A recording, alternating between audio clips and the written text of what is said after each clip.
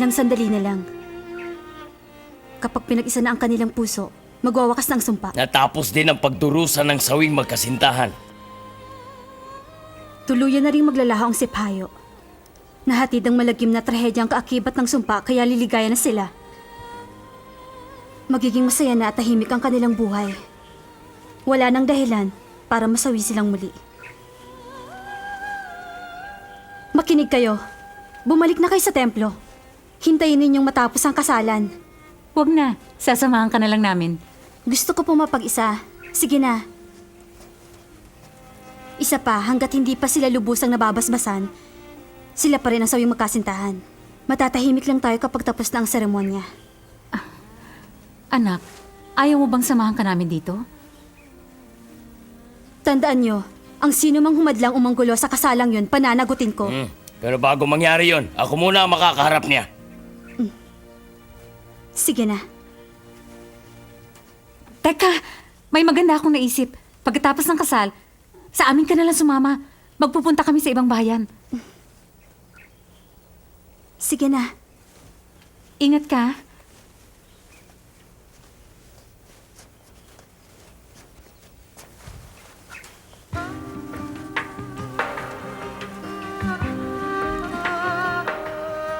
Tinatawagan ng mga ikakasal na magpunta sa harapan.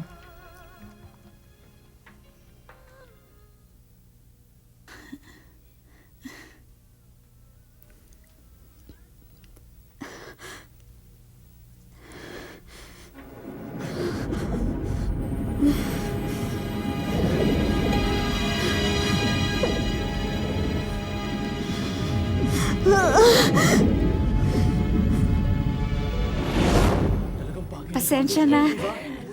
Sheka?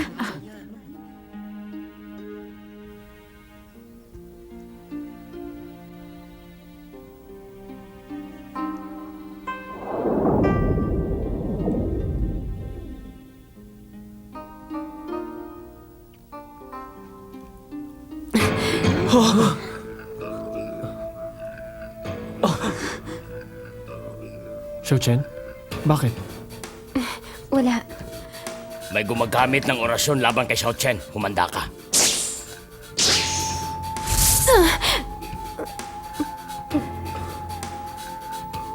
Langit at lupa.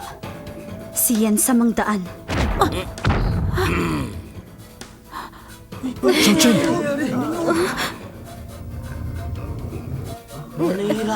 Xiao-Chen! Xiao-Chen!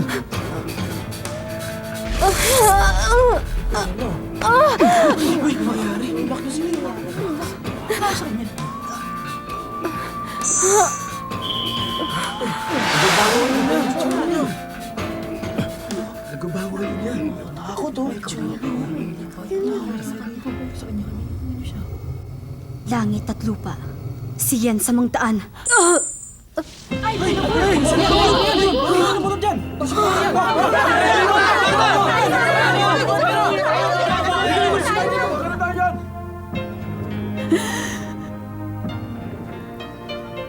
Inay!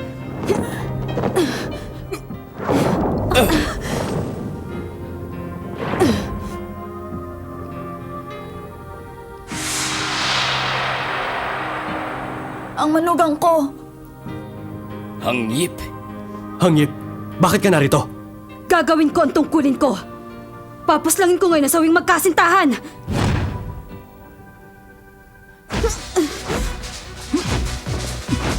Langit at lupa!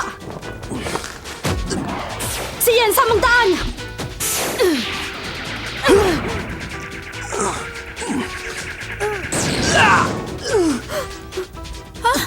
Ha?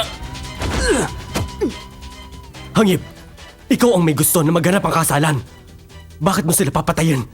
Magpaliwanag ka. Hindi kita maintindihan. Ano bang kalokohan ang pinaggagawa mo? Nagkamali ako. Inaamin ko. Ang kamatayan nila, ang tanging makapagpapatahimik sa kaluluwa ko.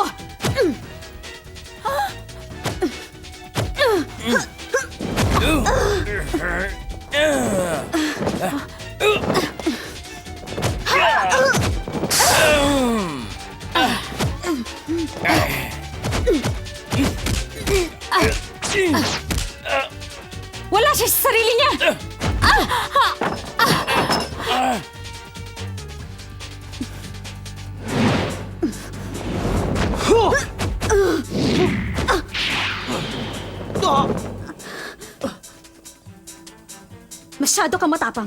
Sino ka? Makinig ka. Ako ang pinuno ng angkan ni Ensam. Hindi ako katulad mo na wala sa sarili at nasisiraan ng bait.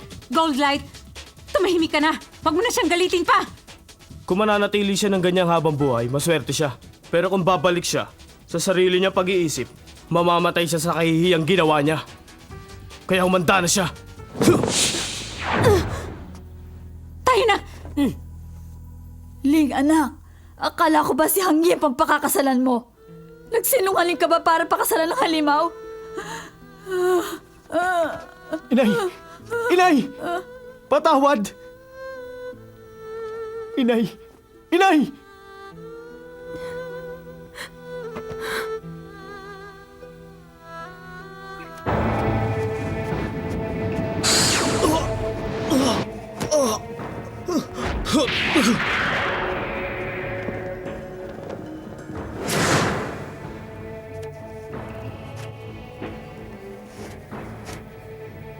Lumuhod ka na ngayon sa harapan ko at humingi ng tawad. Bakit ako? Ikaw ang may sala. Hindi ako nakagawa ng mga pagkakamali mula nang maging pinuno ako. Ikaw, isang pinuno? Huwag mong kalimutan. Ayon sa Biblia, ang nakakaalam lang ng bugtong ang siyang may karapatan at kakayahan na maging pinuno. Isa kang aso. Ganon kababang tingin ko sa'yo. Sige na, lumuhod ka na sa harapan ko! Patawad. Hindi ko gagawin yon. Dahil pareho na tayo ngayon ng kapangyarihan. Isa kang traidor! Kailangan kitang turuan ng leksyon para matuto! Langit at lupa!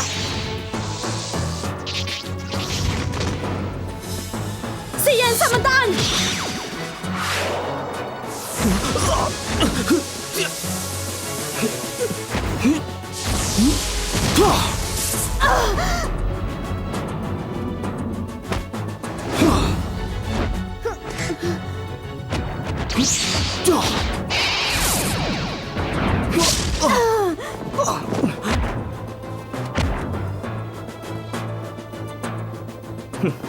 Walang karapatan ang traidor na tulad mo na pag-aralan ng bugtong ni Ensam!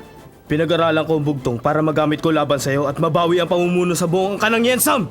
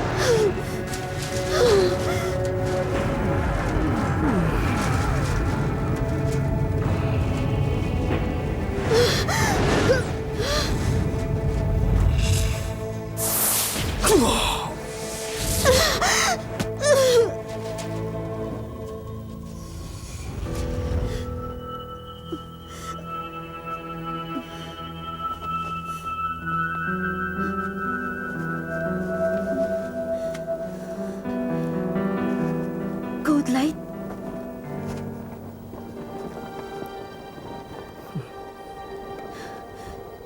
Anong nangyari? Sinira mong sarili mong plano, Hangyip.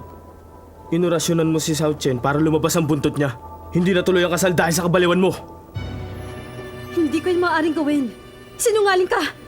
Sa totoo lang, mas gusto ko pang kaharap ang matandang Hangyip kesa sa'yo. Matapang siya at alam ang ginagawa niya. Wala siyang kinatatakutan.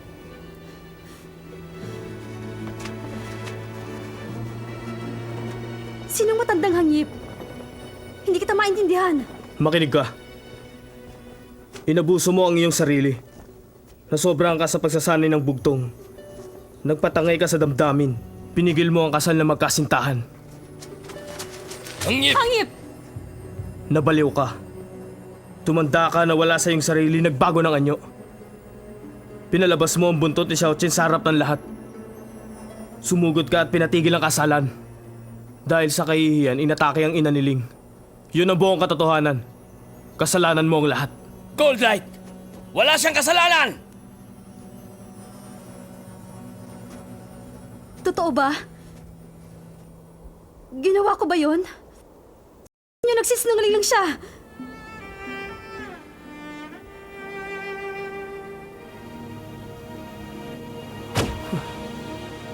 Makinig ka, Shatya. Makinig ka. Hindi na si Hanghip ang kalaban mo ngayon. Ako na! Si Goldlight! Ang tunay na pinuno ng angka ni Yedsam.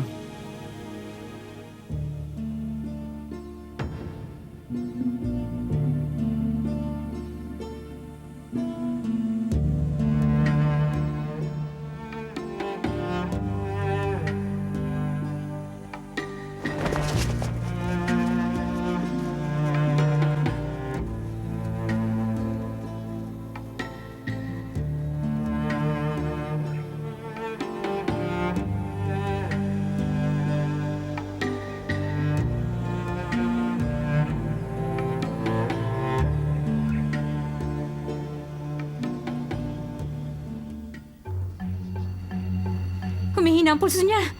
Um, Bumabalik na sa dati. Kailangan gamitin ko na ang pilak ng karayom. Tulungan mo ako, Shatya.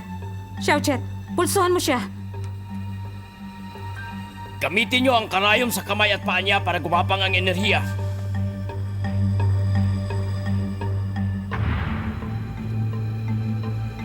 Kapag dumaloy ng maayos ang dugo niya sa katawan, may pag-asa siyang mabuhay. Narito sila para gamutin si Inay. Gagaling siya.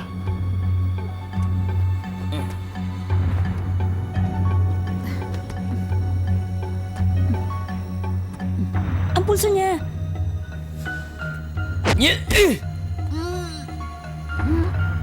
Mahina na siya. Sige pa, Sheka! Ilakas mo pa!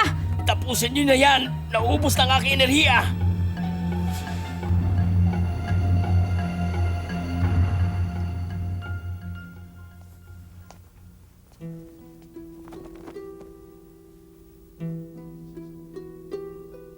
Mga ninuno ko sa langit. Mahal ko si Inay. Huwag niyo siyang iwan. Gamutin niyo siya.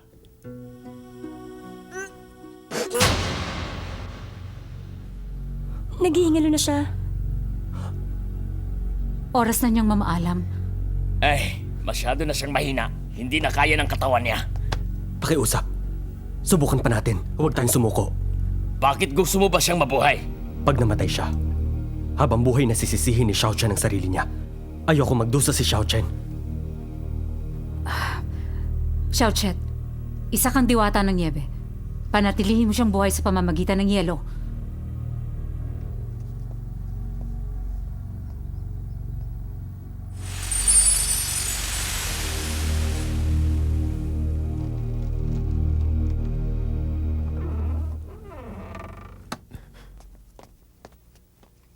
Kumusta si Inay? Ling, ang iyong inay ay buhay pa pansamantala. Talaga? Mabuti naman. Ling, may problema. Hindi na siya magtatagal. Hindi. Inay? Ling, huwag kang mag-alala. Gagawa kami ng paraan. Samyung, isa kang mahusay na manggagamot. Sheka, may sarili kang galing. Isang immortal si Shatya. Bakit hindi nyo nagawang iligtas ang buhay ni Inay? Siguro ayaw nyo siyang iligtas. Aminin nyo, gusto nyo na siyang mamatay. Ay, kahit anong lakas, walang magagawa sa iginuhit ng tadhana. Hindi kami ang nagpapasya sa kapalaran niya. Ling, ako at si Samlyong tinangka naming baguhin ang tadhana. Pero kung kagustuhan ng may likha, anuman ang gawin namin, hindi kami magtatagumpay. Tatanggapin ko na lang ba?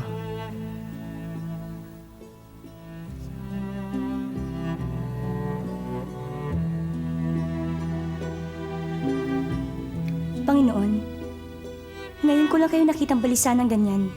May tutulong ba ako? Xiaochen, nakakaramdam ako ng matinding kalungkutan. Bakit kailangang mabigo ang lahat? Hindi ko maintindihan.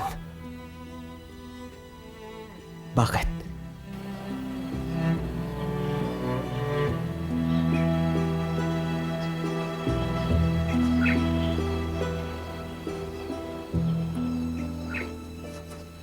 Xiaochen! Hayaan mo muna ako magpaliwanag bago ka umalis. Hangip, hindi kita kayang kausapin. Nahihiya ako sa'yo. Ako ang dapat na mahiya. Kalimutan mo na yun. Hindi mo kasalanan ang nangyari sa kasalan. Pero nagpunta ako doon. Ang nanggulo sa kasal ko ay Hangip din ang pangalan. Pero hindi ikaw yon dahil kaibigan kita.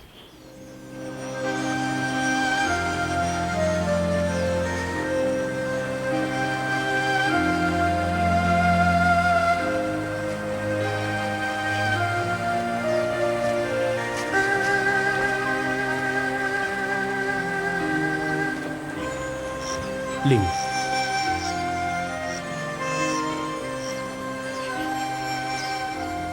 Ano ang tadhana?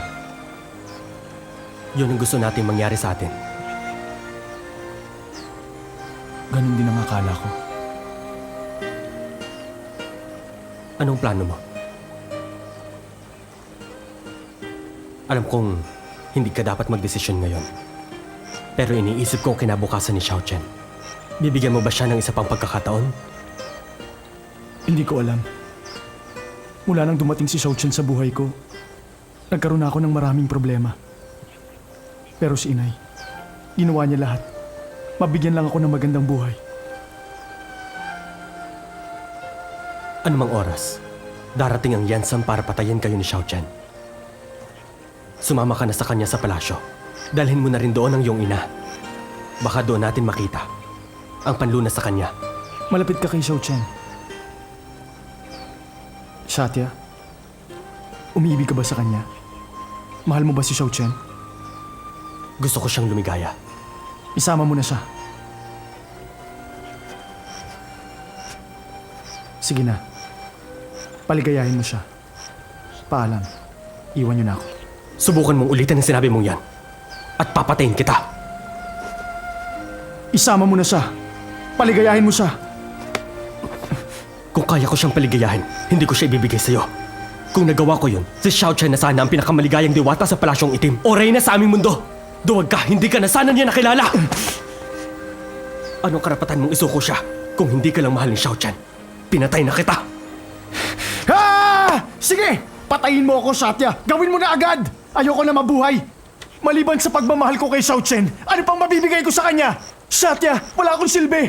Kailangan ni Xiaochen ang isang lalaki magtatanggol sa kanya! Yung matapang! Duwag ako! Duwag! Wala akong karapatang mahalin siya! Ling, mahal ka niya. Alam mo, Xiaochen, pareho kayo ni Ling. May sarili kayong prinsipyo. At mapagmahal kayo sa kapwa. Sa totoo lang, bagay kayong dalawa. Maaaring tama ka. Pero tutulan tadhanang magkatuluyan kami.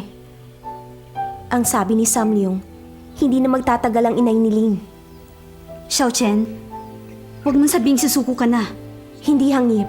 Hindi ako susuko, hindi kailanman. Kailangan ko magpakatatag.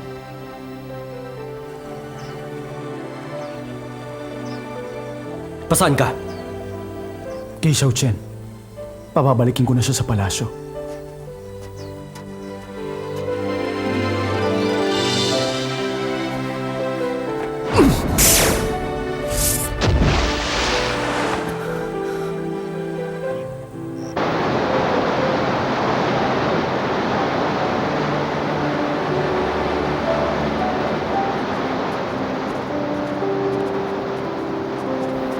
Hangip, nasan si Xiaochen?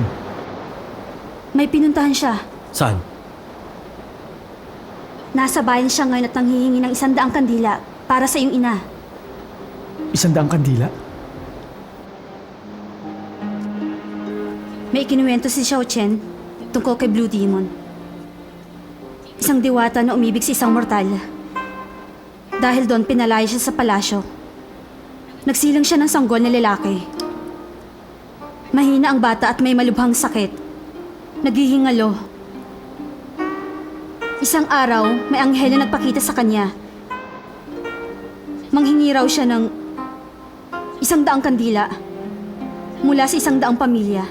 Sinabi sa kanya ng anghel na sindihan ng mga kandilang yun sa silangang bahagi ng burol at ipanalangin ang kaligtasan ng anak niya. Tao po! Buksan niyo ang pintuan, may sasabihin lang po ako para po sa nanay ni Ling. Pahingi po ng kandila. Halima, umalis ka rito. Buksan niyo ang pinto. Pahingi po ng kandila. Umalis ka rito! Mama, sandali lang. Impakta! Halimaw! Layas! Walang alam si Xiao Chen. Isang alamat lamang ang kwento ni Blue Demon. Hindi siya dapat naniwala. Kahit walang alam sa buhay si Xiao Chen, kahit alamat lang si Blue Demon, ipinakita niyang mas matapang siya sa atin. Sa dami ng nangyari sa kanya rito, siya lamang ang hindi sumuko.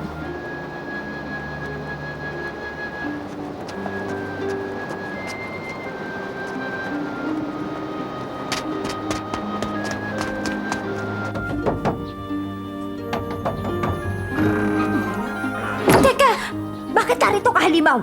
Umalis ka na bago pa kami malasin ng tuluyan. Umalis ka! Layas! Hindi ako mananakit. Manghihingi lang po ako ng kandila sa inyo. Para saan naman? Para makapangkulam ka? Umalis ka na! Wala kaming kandila! Kailangan ko ng kandila para sa nanay ni Ling. Hindi para manakit. Pag meron na akong 100 kandila, may pagdarasal ko siya para lubusan siyang gumaling.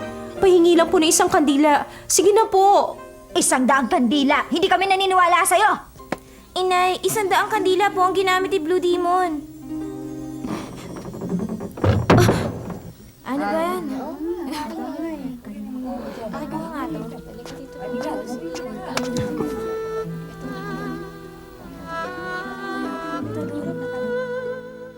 Samlyong, pahina ng pahina. Ang tibok ng puso niya. Susubukan ko ulit. Teka, anong paraan? Ang gintong karayom. 5 ulit mo na yung ginamit. Sheka, pagsamahin natin ang ating puwersa at ipasa sa katawan niya. Sam Leong, tama na. Kahit na malakas ang kapangyarihan natin, hindi natin mababago ang kapalaran niya. Hindi tayo Diyos para pagalingin siya.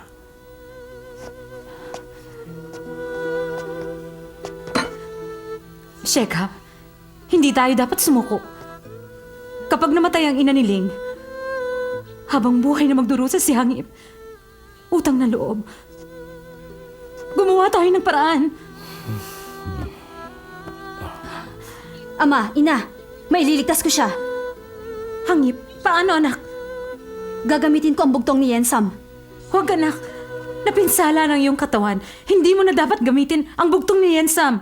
Masisiraan ka ng bait at manganganib ang iyong buhay. Wala rin katiyakang gagaling siya. Makinig ka sa akin, anak. Hangyip, tama ang iyong ina. Maswerte ako. Dahil kayo ang mga magulang ko. Anak ko. Patawarin niyo ako.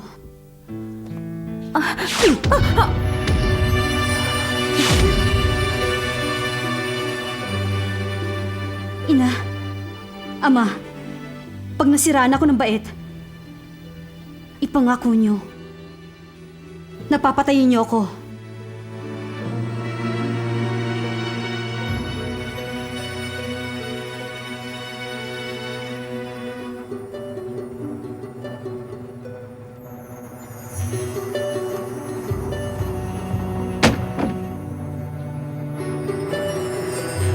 Patawarin niyo ako kung hindi ako naging tapat sa inyo. Ako ang may kasalanan kung bakit kayo nag-aagaw buhay at nagdurusa. Inay, ililigtas kita.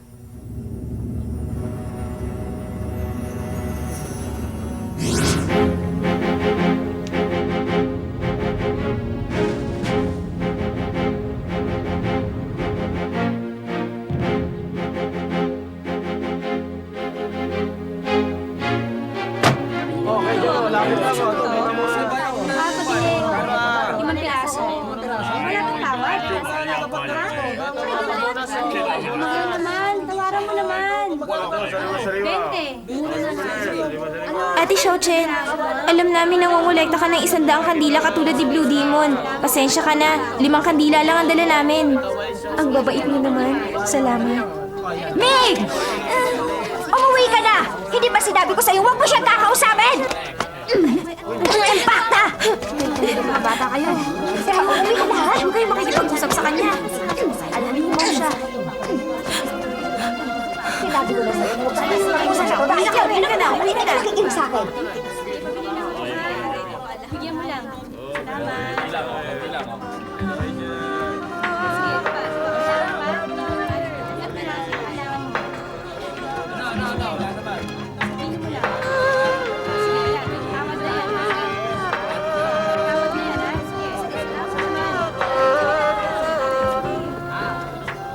Sayang, may 5 kandila na sana ako. Isinuko mo na siya. Hindi mo na siya dapat kinaaawaan. Ano ka ba? Kahit hihiwalayan ko na siya, ayoko naman siya magdusa. Yan naman ang gusto kong maranasan niya. Kailangan niya magtiis. Hanggang sa gumapang na siya. Punong-puno siya ng pag-asa. Kahit nasasaktan at pinarurusahan, hindi siya sumusuko. Kung iiwan mo na si Xiaochen, kailangan pahirapan mo siya. Aksaktan ng husto. Hanggang hindi na siya makabangon pa. Kapag isinuko ka na niya, sasama na siya sa akin. Masama ba talagang umasa? Ling, kapag hindi nagbago ang katotohanan at patuloy ka pang umaasa, kabaliwan na yon. Habang umaasa ka, lalo kang nasasaktan. Kapag nawala ng pag-asa si Xiaochen, makapagsisimula kami ulit. Magpasya ka.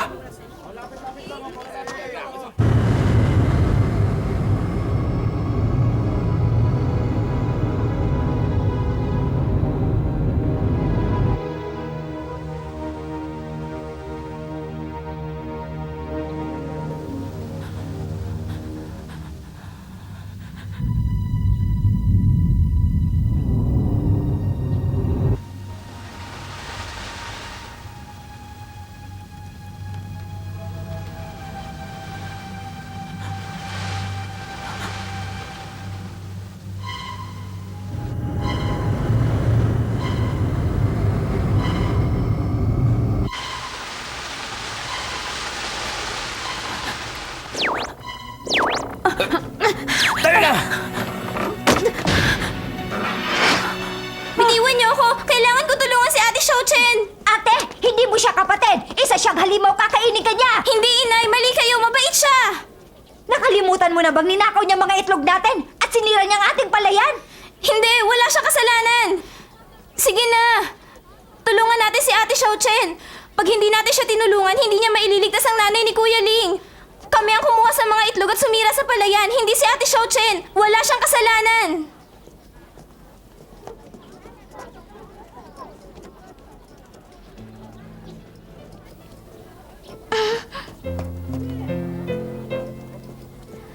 Aalis na ako, ate. Baka pagalitan na naman ako ni nanay.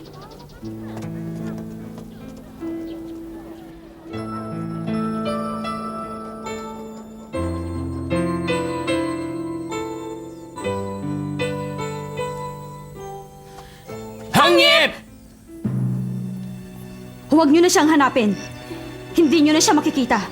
Nagkakamali ka dahil ikaw pa rin si Hangip. Wala ka lang ngayon sa iyong sarili, kaya hindi mo kami nakikilala. Hindi ako kasing hina ng anak niyo. May mahalaga akong misyon. Ang burahin sa mundo, ang sawing magkasintahan. Kung hindi ikaw si Hangyip, sino ka naman? Ako, ang magiging tadhana niya. Tadhanang kayo ang nagpasya at lumikha. Walang sakit, walang lungkot, bato, walang puso. Ipagpapatuloy ko ang naiwang misyon ni Hangyip, ang ubusin ng mga immortal. Anak, saan ka pupunta? Wala kayong pakialam. Hindi niyo ako anak. Pabayaan niyo na ako. Hangyip, huwag mo kaming iwanan. Aalagaan ka namin.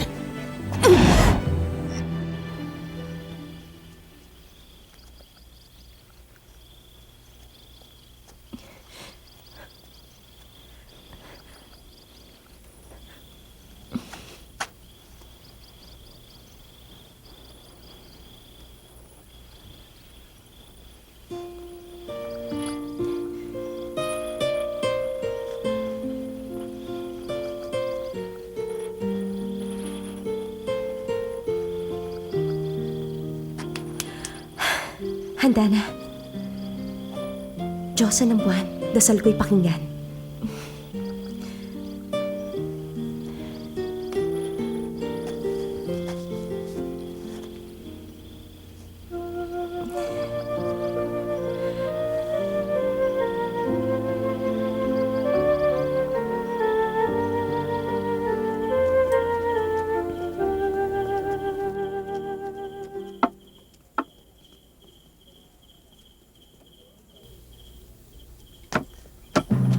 Saan ka pupunta?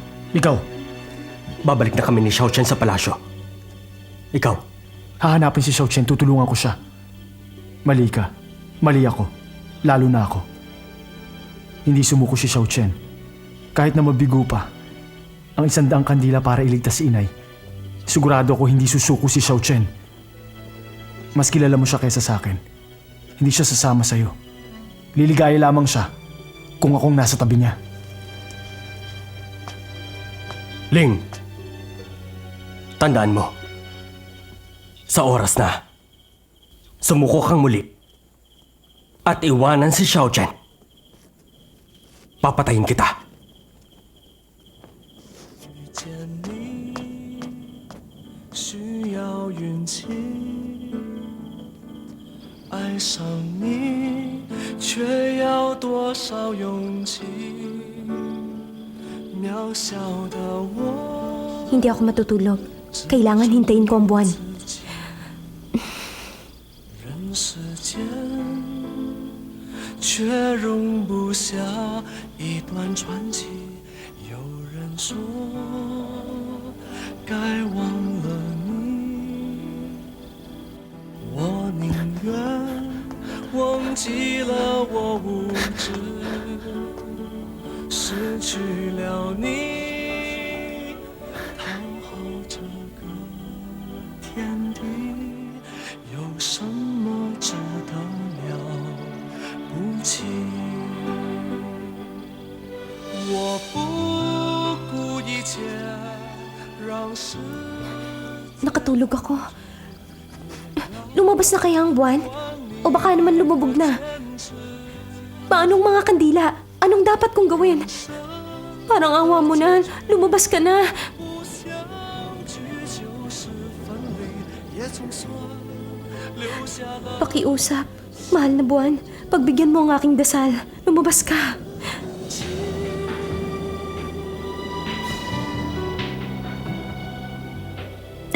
Ayan na. Salamat.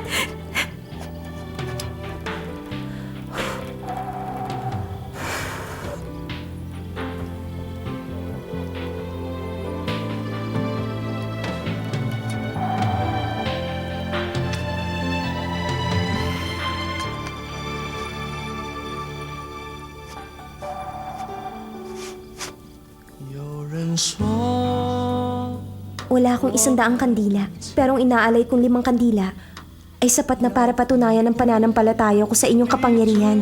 Sa kabila niyan, hindi ko minamaliit ang inyong kakayahan kundi pinupuri. Diyosa ng buwan, dinggin niyo ang aking dasal. Iligtas niyo at pagalingin ang inay ni Ling. Diyosa ng buwan, parang awa niyo na. Kung naririnig niyo ako, magpakita kayo ng tanda. Pakiusap, sagutin niyo ako. 顾一切，让世界停止，也要还你一个坚持。人生的结局，不相聚就是分离，也总算留下了相爱的痕迹。 Ito ba ang palatandaan? Bakit umuulan? Tama na! 不顾一切，让世界停止，也要还你一个坚持。 Patigilin niyo ang ulan, Diyosa ng buwan! 的结局，不相聚就是分离，也总算留下了相爱。 Bakit? Anong kasalanan ko? Bakit ba ayaw niyo akong pakinggan? Tatanggapin ko na lang ba na basta na lang bawian ang buhay ang ina ni Ling? Masama bang Umaasa akong lumigaya. 让我吻下去。 Hindi pa ako sumusuko.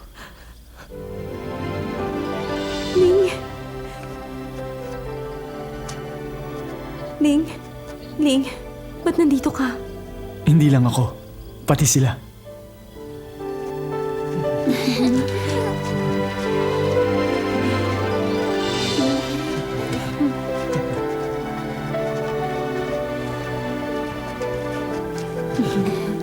Teka muna, ba't nandito sila?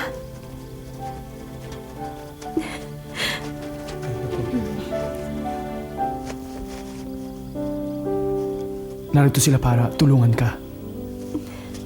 Sao Chen, tanggapin mo itong kandila para masagot ang dasal mo. Salamat. Magtagumpay ka sana. Salamat. Para sa kaligtasan ng ina ni Ling. Salamat po. Maraming salamat. Para sa salamat kapayapaan. po. Para sa pagmamahalan niyo. Salamat. Para sa kasaganaan. Salamat. Para sa tagumpay ng lahat. Salamat.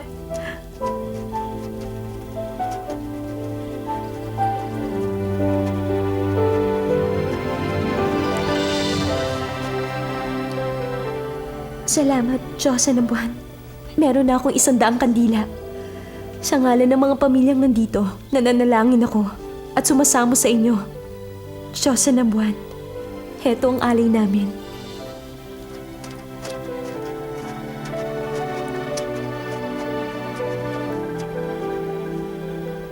Pakiusap. Ako si Sao Chen. Kasama ang lahat ng mamamayan. Pagalingin niyo ang ina ni Ling. Iligtas niyo siya sa kamatayan at ibalik ang dating kalakasan ng kanyang katawan.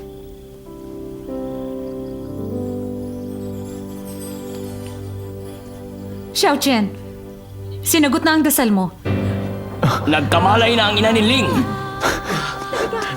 Oo, ligtas na siya sa kamatayan. Puntahan natin!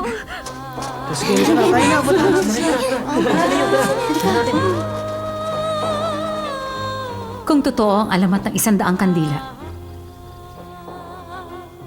gabayan sana ng buwan ang anak nating si Hanggip. At iligtas siya.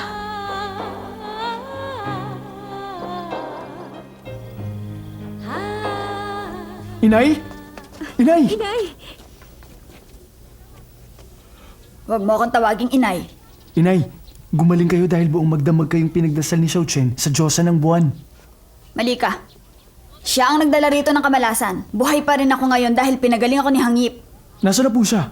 Umalis na. Sige na, Ling. Pasok na. Umalis na ang hindi taga rito.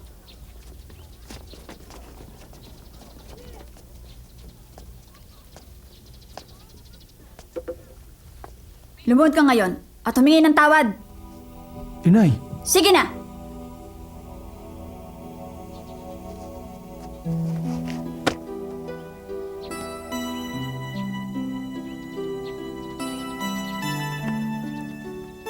Patawarin niyo ako, aming ninuno. Malaki ang naging pagkukulang ko.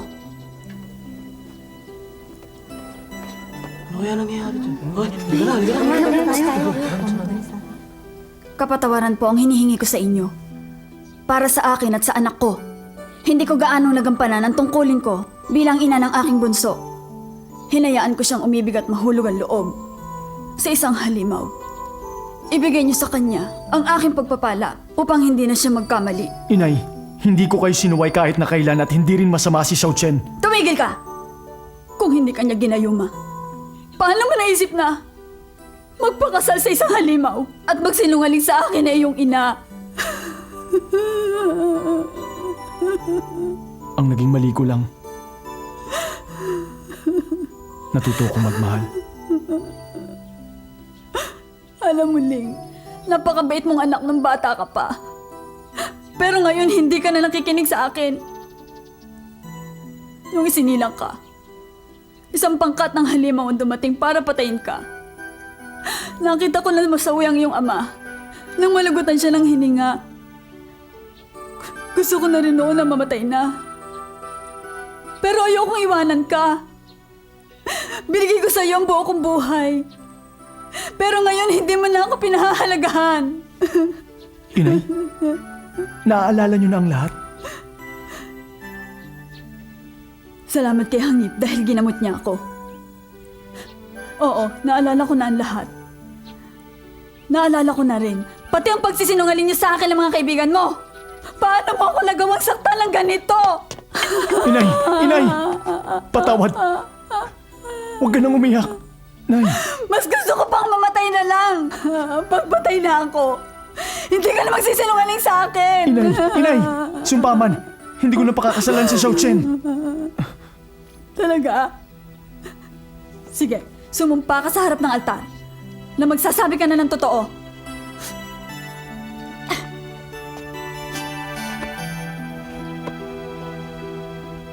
Sumusumpa ako na hindi na magsisinungaling sa aking ina. Mga ninuno, isinusumpa ko rin na kung hindi siya papayag, hindi ko pakakasalan si Xiao Chen. Magaling. Siguraduhin mo lang natutuparin mo yan. Mabuting anak ka pa rin hanggang ngayon. Tayo na. Kahit paano, hindi na humaba pa ang aking pagdurusa. Alam mo, sa tingin ko, hindi masama ang halimaw. May kabutihan akong nakikita sa kanya. Papayag akong makasal ka sa isang kondisyon. Ano po, ina? Simple lang naman ang hinihiling ko, anak. Kaya makinig ka sa sasabihin ko. Gusto kong pumasa ka sa pagsusulit. Kung makukuha mo ang pinakamataas na marka, maniniwala ako na sapat na ang katalinuhan mo. Para payagan kita na magdesisyon. Ling, anong sinabi ng iyong inay? Ano? Yung kasal niyo ni Xiao Chen, pinag-usapan niyo na ba? Anong sabi niya? Kalahati lang. Kalahati? Anong kalahati? Kalahating katawan ni Xiao Chen sa bandang itaas o sa bandang ibaba? Tumigil ka nga. Pumayag ba siya na itong si Xiao Chen ang iyong pakakasalan? Pumayag siya at hindi pumayag. Ano ba talaga? Oo, nakapag-aral kang tao, pero wala kang karapatan na mamiloso po at manloko. Sa totoo lang, Sheka, kahit ako nalilito rin sa nararamdaman ko ngayon. Halika. Sabi niya, kapag nanguna ako sa pagsusulit, pwede ko nang pakasalan si Xiao Chen. Ikipaglaban, mabibigo siya. Pero kung pagsusulit, walang problema. Matalino si Ling kaya magtatagumpay siya at matutuloy ang kasal nila. Magaling! Xiao Chen, kailangan pag-aralin mo siyang mabuti. Higpitan mo siya. Halimbawa, Ling, nag-aaral ka na ba? Alam mo ba, ang hindi nag-aaral, pinipingot ang tenga hanggang sa mamaga. Maliwanag? Ate Xiao Chen, magkakaasawa ka na!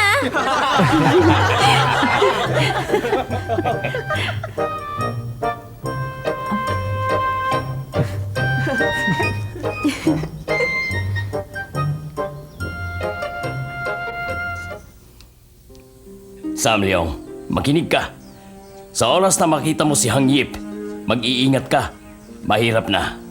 Ay, ibang-iba na siya sa Hang Yip na anak natin. Alam ko. Aalis na si Ling papuntang Kapitolyo. Iiwan niya rito si Xiao Chen habang kumukuha siya ng pagsusulit. Sheka, hindi dapat malaman ni Hang Yip ang gagawin ni Ling. Ay, alam ko yan. Masyadong maramdamin si Ling. Oras na malaman niyang nagbago si Hang Yip dahil sa kanya. Siguradong hindi siya matatahimik.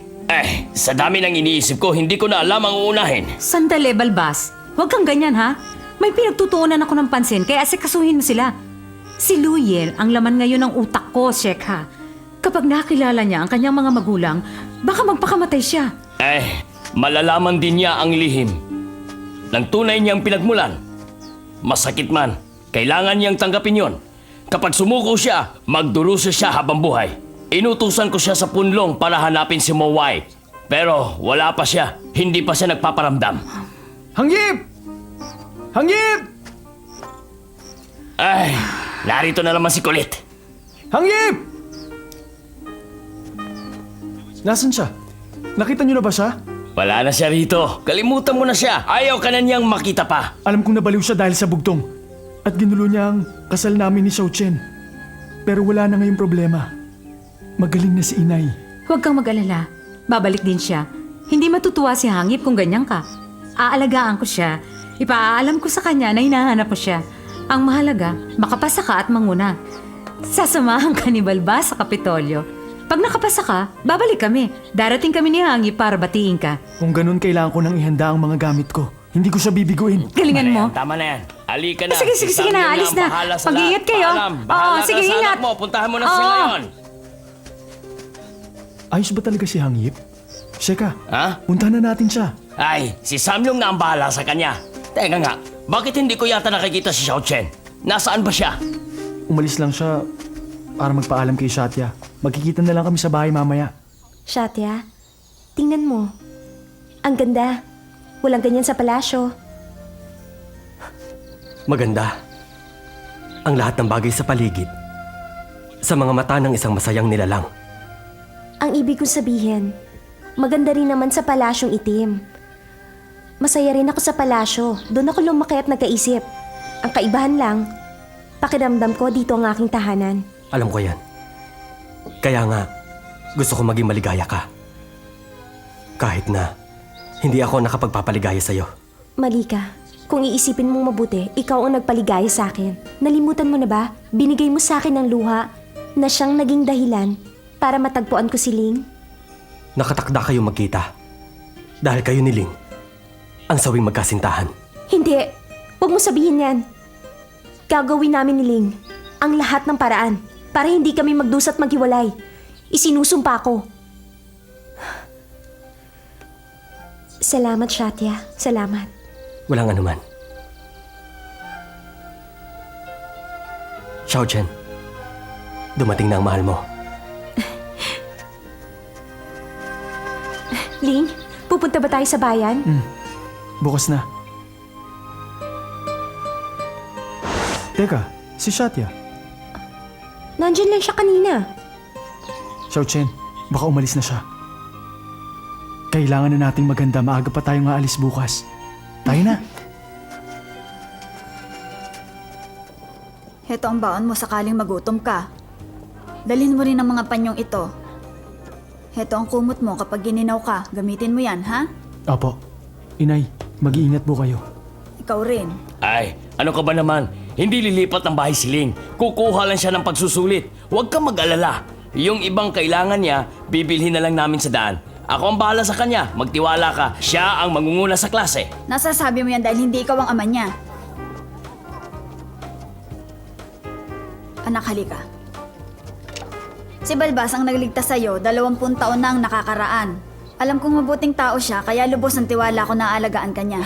Salamat naman at naalala mong mabuting tao ako mula nang gumaling ka sa karamdaman mo. Dapat tayong magpasalamat kay Hangip. Siya ang gumamot sa akin, anak. Ikaw, halika. Makinig ka. Magpakabait ka, ha? Opo. Kailangan magpakita ka ng kabutihang asal. Bilang manugang ko. Opo. Ate Xiao Chen! Bumalik ka kaagad! Huwag mo kaming kakalimutan! Turuan mo kaming umakyat sa puno! Makipaglaro ka sa amin! Magpakabait kayo. Xiaochet, Nahuli ako ng dating. Wala yon, ayos lang. Si Shatya. Nagpaiwan. Sabi niya mag-ingat ka raw. Alagaan mo siya, Xiaochet, ha? Teka. Para sa'yo to. Ano to? Ay, bilisan nyo! Alis na tayo! Oh, sige, Sheka. Sandali na lang. Ingatan mong mabuti yan, ha, Xiaochet?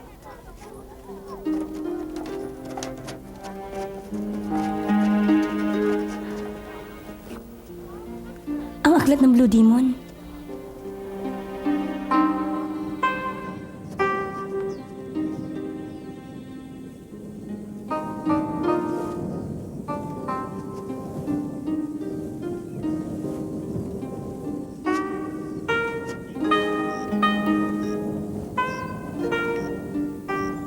Umalis na sila. Oo. Sabi ni Xiao Chen, babalik daw siya sa palasyong itim para dalawin ka. Xiao Chen, matanong kita. Katulad ng ginawa ni Xiao Chen, iiwan mo ba ako? Hindi. Gagayahin mo rin ba siya na naghahanap ng pag-ibig? Maraming pagkakaiba ang buhay ng mga mortal at ang buhay ng mga immortal. Kailangan nilang kumain, ang matulog, at mag-alala. May pag-ibig din sa palasyo. Hindi nga lang natagpuan ni Xiao Chen. Alam ko na nalulungkot ka dahil umalis na siya. Tama ka, Xiao Chen. Mahirap tanggapin. Pag nangyari ito sa'yo, isang bagay lang ang dapat mong gawin. Tuwing ika-21 taon nagdiriwang ang palasyo. May patimpalak ng pagkukwento. Isa ko sa inaasahan na makakasali. Si Xiao Chen ang dapat na kumatawan sa akin. Pero wala na siya, kaya ikaw na ang papalit. Magkukwento ako? Hindi ko kaya. Kaya mo yun, simple lang naman. Satya, hindi ko talaga kaya. Maghanap ka lang ng iba. Huwag kang tumanggi. Ikaw ang napili kong kalahok. Sige na, aasahan kita. Satya. Mahal kong asawa, hindi ko alam kung ano ang nakita ni Ling sa halimaw na si Xiao Chen. Kung sa bagay, sanggol pa lang siya, may mga halimaw na agad sa paligid niya. Pero salamat sa patuloy mong paggabay sa amin dahil lumaki siyang isang mabuting bata. Siya na ngayon ang tagapagmana ng ika-9 na henerasyon.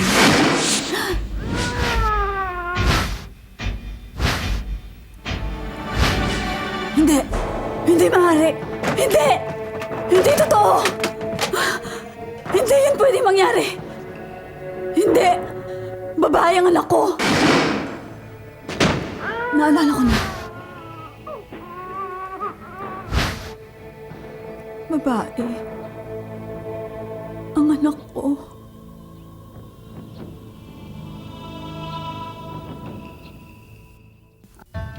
Ang sabi ni Guro, hanapin ko si Mowai. Ang sabi niya, may alam si Mowai tungkol sa aking mga magulang. Ikaw ba si Mowai? Ano ba mangyayari sa kapalaran ko? May mga dahilan kaya hindi mo pwedeng malaman. Hindi ko maintindihan kung paano ko ipapaliwanag sa iyo lahat. Dragon ba yung lumilipad?